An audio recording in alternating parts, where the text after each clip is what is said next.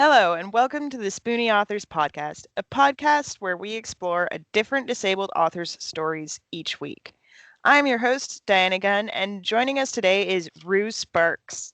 Rue Sparks spent a decade working in graphic design, illustration, and animation at top advertising agencies in the US. They've now stepped down from that fast-paced life and spend their time writing. They combine short stories, poetry, illustration, and photography in inventive ways that span the speculative and literary fiction genres. Hello, Rue. Hello, it's so great to be on here. It is lovely to have you. I'm very excited to talk about your work. And the main thing that you are doing right now is a zine, correct?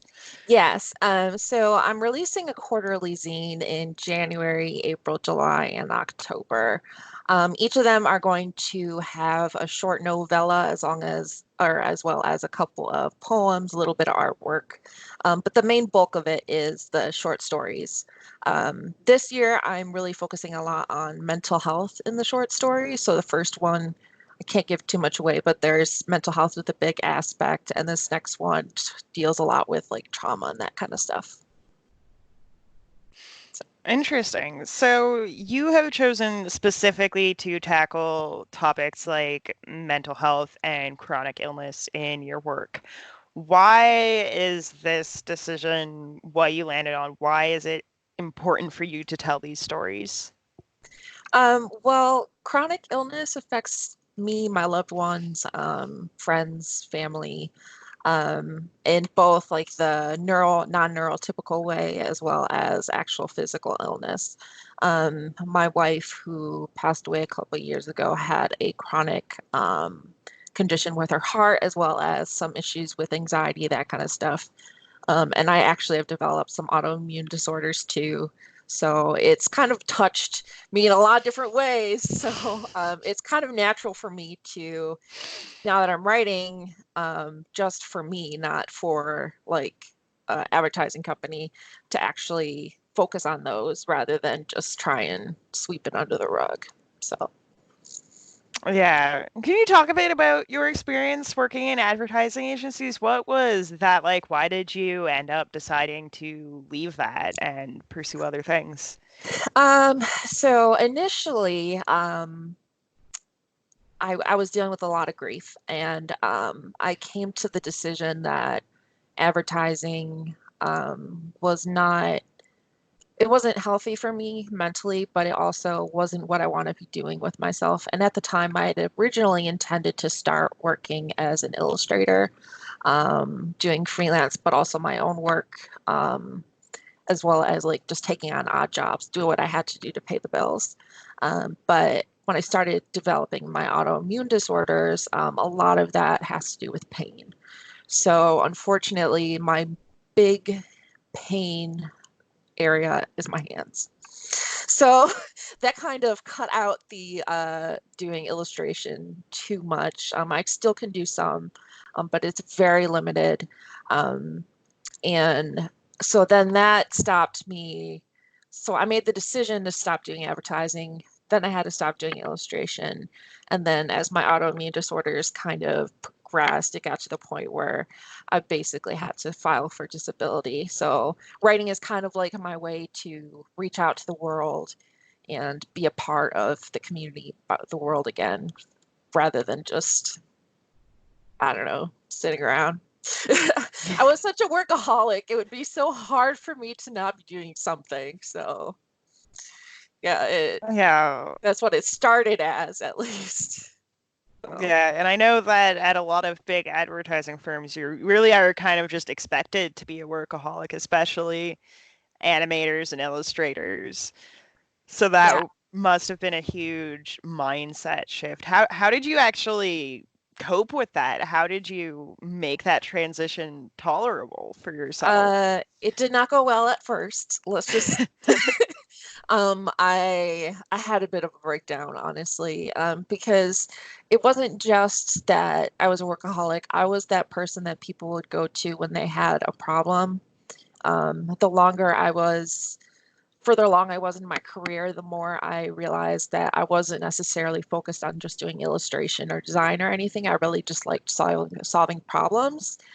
And when you're basically on your own, having to do a lot of self-motivated things daily, being disabled, that's not really part of your life anymore. So I had to find kind of creative ways for that to be part of my life again. And that's where the writing came in. It is a lot of problem solving. It is a lot of, trying this and that, see what works, what doesn't. So that was kind of me trying to transition into something that was healthier for me. And it's also been very therapeutic, the writing has. I deal a lot with, especially this year, working on mental health issues, things that I've struggled with personally.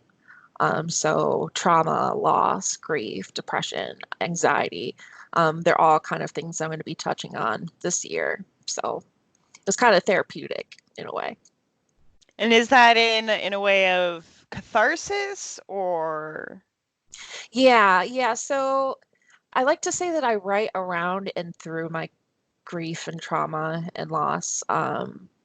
It's a way for me to approach it in a way that's healthier for me, because what happened was very hard to deal with. And if I approached it head on, I was starting to have a lot of problems. But if I'm writing through it in a way, by writing people who have similar experiences, it's a way for me to approach it in a way that is more gentle, I guess. So that's kind of been the main draw of doing mental health related. It's catharsis, it's therapeutic, it's like a gentle way to deal with it. Absolutely. Yeah. I lost my dad when I was rather young, and I hear a lot of people complaining about how main characters never have parents, especially in YA, but like really in a lot of fantasy and science fiction in general. I don't really know about other genres. I don't really explore other genres very often, but in science fiction and especially fantasy, it's quite common for the main characters to have no parents, dead parents, whatever. Yeah. And I understand why people complain about that. It would definitely be nice to see more depictions of actually healthy families and healthy dynamics between parents and children, but that's just never going to happen for me because a huge part of my work is, actually working through that and showing other characters working through that, partially to process it myself, but also to show other people that it's possible. Yeah, absolutely. I think what it comes down to is having a variety of representation. And I think that's getting into disability a good motivator for me to even be including characters who have disabilities where it's not their main concern. Like it's not all about them having a disability. It's a lot about representation, and that goes for characters who have like a more traditional upbringing or a more healthy upbringing, and having ones that don't. Like it's a matter of showing kids and teenagers and even adults, hey, there are characters and people out there that are just like you, that have dealt with the same things you do, and they're able to maybe not overcome with it, but deal with it. So Absolutely. That's a really important thing for people to hear. And honestly, part of why I have started this podcast as well, because it's just, another way of making sure that these stories are heard and making hopefully some people feel less alone, and maybe hopefully teaching some abled people some things too. absolutely. So you touched on disability representation, and I usually save this question for the end, but since you already touched on it, what do you see in terms of disability representation in our current media landscape? What are the issues that you see, and how would you like to see them change and be addressed in the coming years? So I would say there's two main things that I really want to be a focus on in the upcoming years. The first being representation of own voices. Um, as far as like writers and actors, even artists, like having them who actually have those disabilities being represented, having their voices heard versus having the able body writing disabled characters. I mean, I wouldn't say that I don't want able-bodied people to never write disabled characters. That's not all what I'm saying. I just mean that we need more visibility on the people who are disabled because it's just not being done. Like we're not seeing own voices and disability representation. And the other thing would be having disabled characters who the whole purpose of them being there isn't to be like an inspiration or overcome their disability. I think a good example of this that I've seen recently was there's the Netflix show Dragon Prince. And Yes. there's that character who's deaf, and it's not about her being deaf at any point. Like that's just how she is, and she just kicks butt anyway, and it's just amazing. And even having like those moments in that show where she's having conversations in sign language and it's not translated, like that really just like made me so happy. Like because then the people who are able to understand that, it's like a gift for just them. So I thought that was Yeah. just like really beautiful, special moment. So Uh, having disabled characters represented by own voices, and not having it be about them overcoming their disability. yeah, I think that about sums it up. That's a really Are there any stories that you have encountered that, other than the Dragon Prince, that are already doing this well? Any places where you have seen people approaching this narrative with some more thought than what you're used to? You know, I don't want to point out just another animated version, but the How to Train Your Dragon series, how he loses a leg and it's like not considered like this big terrible thing he has to overcome. It's just like, I guess this is what's happening now. So like especially representations for things like kids stories are just fantastic. Like it's part of the character, but it's not all that character is. So um I've not seen a ton of good representations of mental health so far, but I'm admittedly not as into binge watching Netflix as I probably should be. Uh, And as far as stories, I haven't really read a ton that I would say are like very good own voices representations yet. I'm looking forward to hearing the interviews on the podcast so I have more people to read, more stories to read. So. Absolutely fair. You know, when you were like, I don't want to talk about just animations, I half expected you to mention Toph from Avatar: The Last Airbender.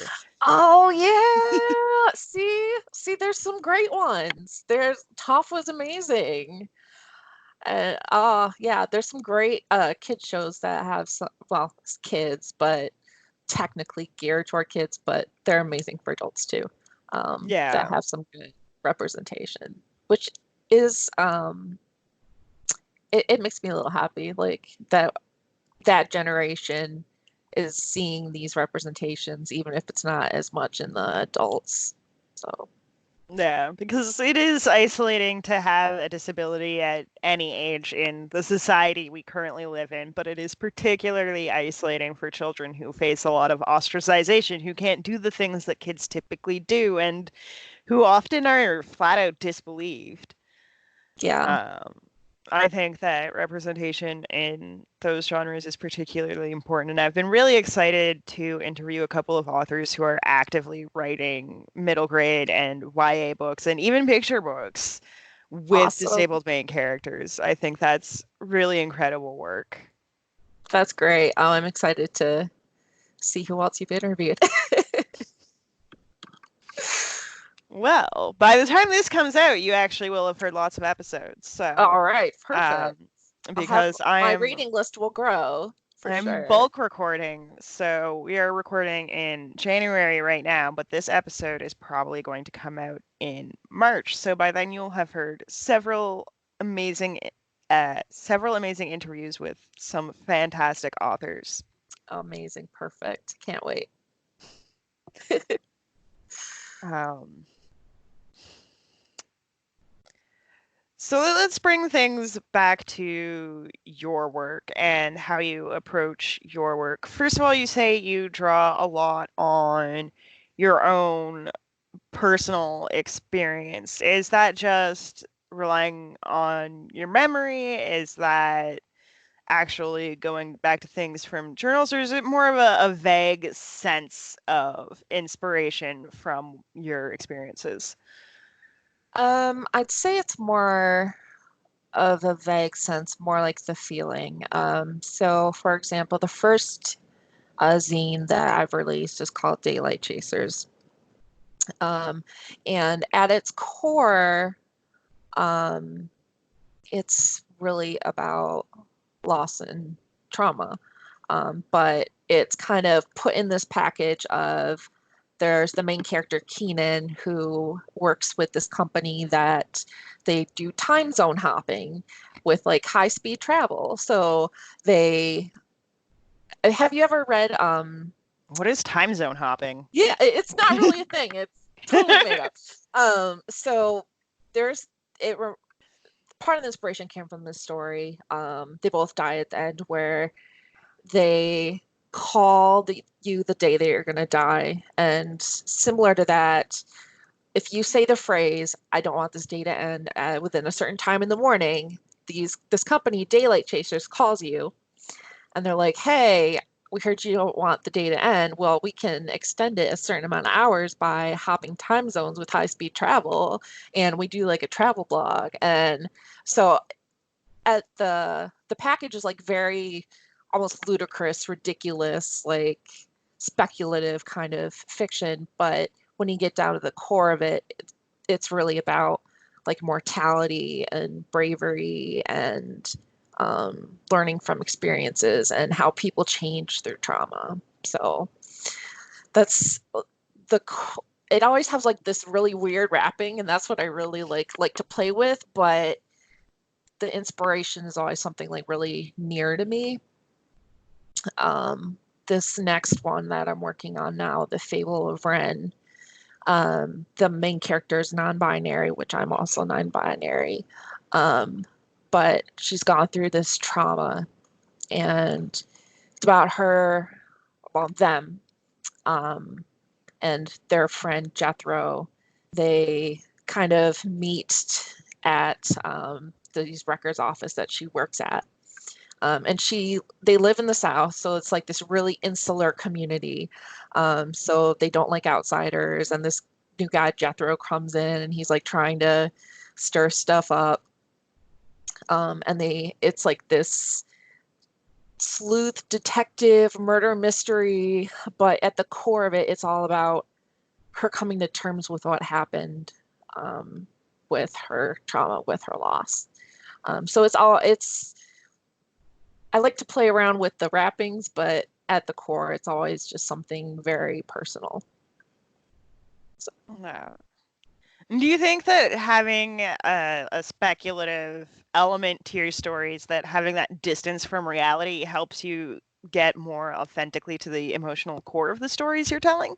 absolutely. I think it's very hard for me to it gives me that distance almost, so that way I can handle the core of the story. Like I can handle the trauma because everything else around it is completely ridiculous. So I can really just have fun with that, but also tell myself the things I need to hear through the story. I almost call them like fables. Like they're lessons that I need to teach myself, things that I need to learn myself. So I learn them through these ridiculous situations that I put my characters in. So. I love that. It's a really great way of approaching stories, and that's very much in line with how I approach my own writing as well. Yeah. And I actually at some point wanted to go into art therapy because I mean, I wasn't an illustrator, I was an animator, designer, now I do writing. No matter what technique you're using, at the end of the day, like it is about finding parts of you and learning about parts of you. Even if you're just doing something like decorative, like you're learning about yourself in the process, like you're learning how you handle pressure and how you handle like when things go wrong, how you handle mistakes. And especially if you're dealing with things that are further than just decoration, then you start learning more and more about yourself. So creativity in general, I just think it's so therapeutic, so cathartic. Even if you're just knitting, I think it's well worth it. So, especially those of us who have own voices where we've had to deal with things that aren't represented. So, Yeah. And at this point, you have released one zine and you have largely completed your second zine, which will be coming out shortly because this is going to actually go live in March. So this will be coming yeah. out your next zine will come out. Do you do them at the beginning of the month or It'll be midway through, yeah. So Okay. I'm aiming for the 13th, but depending on how the editing goes, it may be pushed back or be a little bit sooner, but mid-April. I'll know probably mid-March exactly what date. That's Awesome. the downside of doing it quarterly, is it's like I'm kind of having to by the seat of my pants a little bit. So, but it's good. It keeps me focusing and doing something. So, Wow. So my final question is on these two zines that you have worked on so far. What has been the most enjoyable part of the process? What has been the most fun to you? it's definitely, for one, it's been finishing something. So I'm a tinkerer. I will tinker with something forever if I was allowed to. So just having this deadline of like, hey, I'm doing it quarterly, I have to have something out. It gives me kind of a motivation to complete things and not get so worried about the nitty-gritty details. And because it's also a therapeutic thing, that's great because I'm actually learning the lessons from the stories versus just tinkering infinitely with like sentence structure, or should I use this word or that word or whatever. So just having that motivation has been a huge help. Yeah, and it is really amazing to finish something, especially if you are used to leaving projects done halfway. Yeah. And the interesting thing I found is, so the first story, Daylight Chasers, was about 14,000 words. This next story is probably going to come in around 25,000 words, Oh, which wow. is These the say short longest stories. thing. These are more like Yeah, they're novellas. novellas. Yeah, they're basically like in between a short story and a novella. Um, and I've never finished anything that long, so it's like really been a great motivator to actually complete things. Like, how crazy is that? So, Well, congratulations on completing your longest project ever. That's amazing. thank you. And where can people go to check out this zine and to stay in touch with you and see all of your creative works? So, Daylight Chasers is on Amazon as an ebook. It's also on Kindle Unlimited currently. So, if you have Kindle Unlimited, you can read it for free.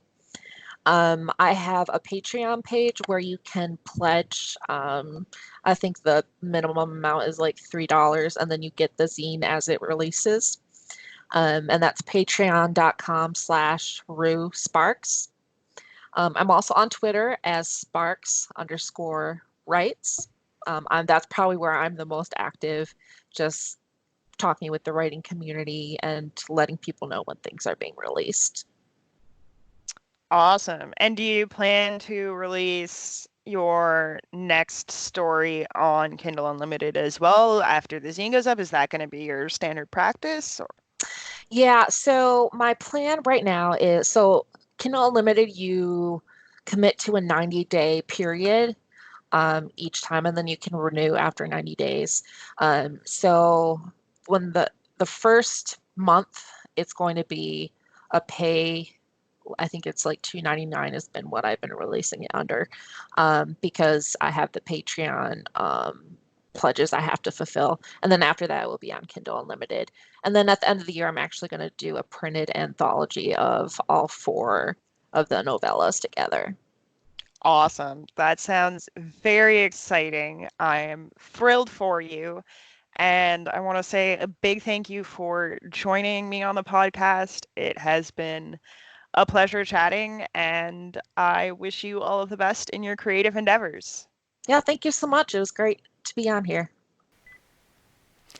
Thanks for listening to this week's episode of the Spoonie Authors Podcast. The Spoonie Authors Podcast is part of the Spoonie Authors Network, a community initiative devoted to sharing the stories of disabled authors and educating abled people about what life is like for disabled creatives. Transcripts of this podcast are also available on the Spoonie Authors Network. To learn more or become a contributor, visit spoonieauthorsnetwork.blog. And of course, if you enjoyed this podcast, make sure to leave a 5-star review on your favorite podcast streaming platform.